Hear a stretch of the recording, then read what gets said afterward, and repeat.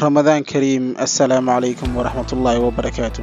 DB Cooper oo sidoo kale loo yaqaano magaca Dan Cooper waxa uu ahaa dambiile sanadkii 1971 afduubay diyaarad ganacsi oo ka duuleysay magaalada Portland kuna aadaneyd magaalada Seattle ee gobolka Washington. Ninkan ayaa isagu isticmaalayay magaca Dan Cooper, balse wariye tabinaya afduubka diyaaradda ayaa magaca ugu dhawaaqay DB Cooper, kaasoo uu ninkani caan ku noqday. inkastoo dabagal aad u xeel dheer lagu sameeyay haddana lama qaban lamana aqoonsan cid uu ahaa, taasoo ka dhigtay mid ka mid ah kuwa ugu waaweyn siraha dahsoon ee aan la xalin taariikhda Mareykanka. Ramadaan Kariim daawadayaal, kusoo dhawaada channelkeena Kobciye. Fadlan ha ilaawin inaad like iyo share tiraahdo muuqaalkan, subscribe-na ku caawisid channelka adoo daaraya gambaleelka digniinta. bishii November 24 sanadkii 1971 nin iska caadi ah kaasoo u muuqday inuu ku jiro da'da afartameeyada, dhererkiisana lagu qiyaasay 6 feet oo u dhiganta 1.83 mitir, ayaa tigidh $20 ah ka goostay shirkadda diyaaradaha ee Northwest Orient duulimaadkeedii 305.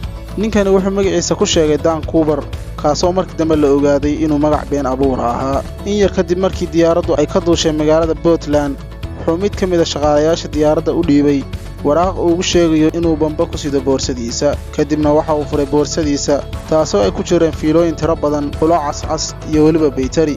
Cooper waxa uu dalbaday 4 baarashuud iyo $200,000 oo min $20 ah, lacagtaas oo hadda u dhiganta $1.2 milyan.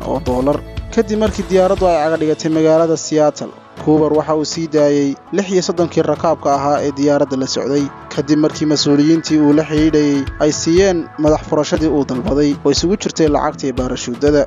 si kastaba xaalku ahaado, waxa uu diyaaradda gudaheeda ku reebay 2 duuliye, 1 injineer iyo mid ka mid ah shaqaalayaashii diyaaradda ka shaqaynayay. kadib markii diyaaraddu shidaal qaadatay, waxa uu amray in loo duuliyo diyaaradda dhankaas iyo caasimadda waddanka Mexico ee Mexico City, iyadoo hagitaankiisa la raacayo. diyaaraddu waxay ku duuleysay wax ka hooseeya 10,000 oo feet iyo xawaare ka hooseeya 200 oo knot. xilli ay saacaddu ku beegnay 8 habeenimo, markaasoo ay diyaaraddu maraysay meel u dhaxaysa magaalooyinka Seattle iyo Reno, aadna loo rumaysan yahay inay tahay meel ku dhow magaalada area. Cooper waxa uu amray in hoos loo dhigo jaranjarada dambe ee diyaaradda, kadibna waxa uu ka booday diyaaraddii isagoo aan dib dambe loo arag. FBI-da Mareykanka waxay bilowday mid ka mid ah kiisaskeedii dabagaleed ee ugu dheeraa uguna daalka badnaa, kaasoo ay u bixisay magaca Northwest Hijacking, caana ku ah magaca Norjack.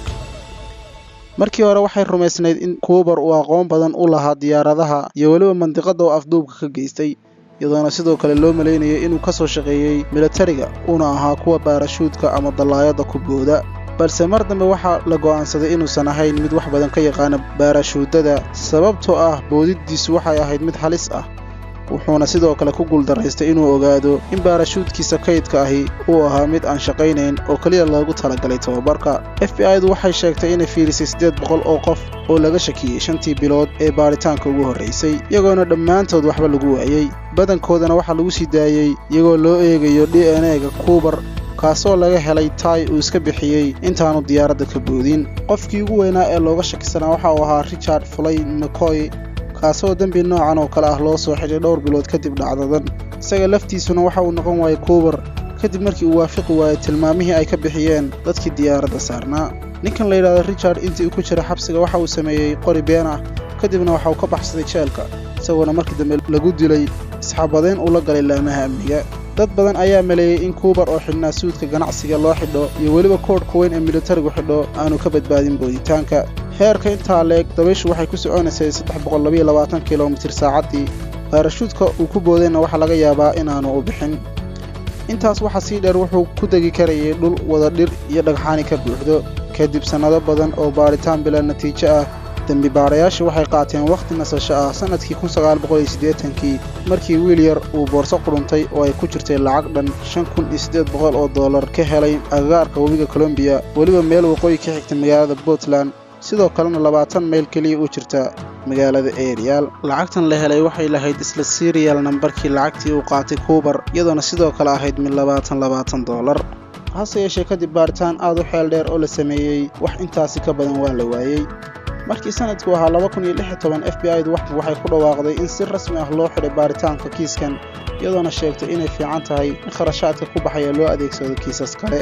sirtan dahsoon ee aan la xalin ayaa aad u qabsatay waddanka Mareykanka, isagoona DB Cooper uu noqday halyeey sheeko xariiro oo kale, isagoona laga sameeyey heeso buugaag iyo weliba filmaan aad u tiro badan.